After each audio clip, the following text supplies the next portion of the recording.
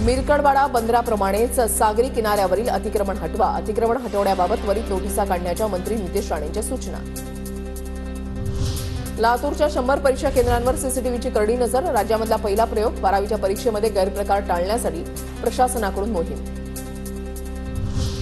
नागपुरात महिलेची हत्या करून मृतदेहावर अत्याचार. नागपूरच्या हुडकेश्वर परिसरामधील संतापजनक घटना. वैद्यकीय अहवालातून मृतदेहावर अत्याचार झाल्याचं निष्पन्न.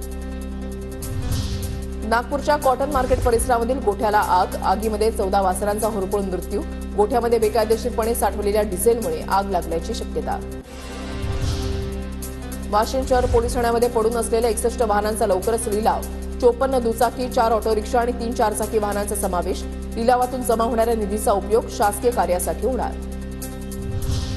कराडमध्ये 3 दिवसामध्ये 4000 घरकुलांना मंजुरी. घरकुलांना मंजुरी देत 80% उद्दिष्ट पूर्ण केलं. माहिती गटविकास अधिकारी प्रताप पाटलांची माहिती. घरकुल मिळाल्यानं नागरिकांकडून समाधान व्यक्त. वर्ध्यामधल्या पक्षी अभ्यासक राहुल वकारेंना राज्य पक्षी मित्र पक्षी जनजागृती पुरस्कार. महाराष्ट्र पक्षी मित्र संमेलनामध्ये पुरस्कार प्रदान. भंडाऱ्याच्या सिल्लीमध्ये भव्य शंकरपटाचं आयोजन. शंकरपट पाहण्यासाठी नागरिकांची मोठी गर्दी.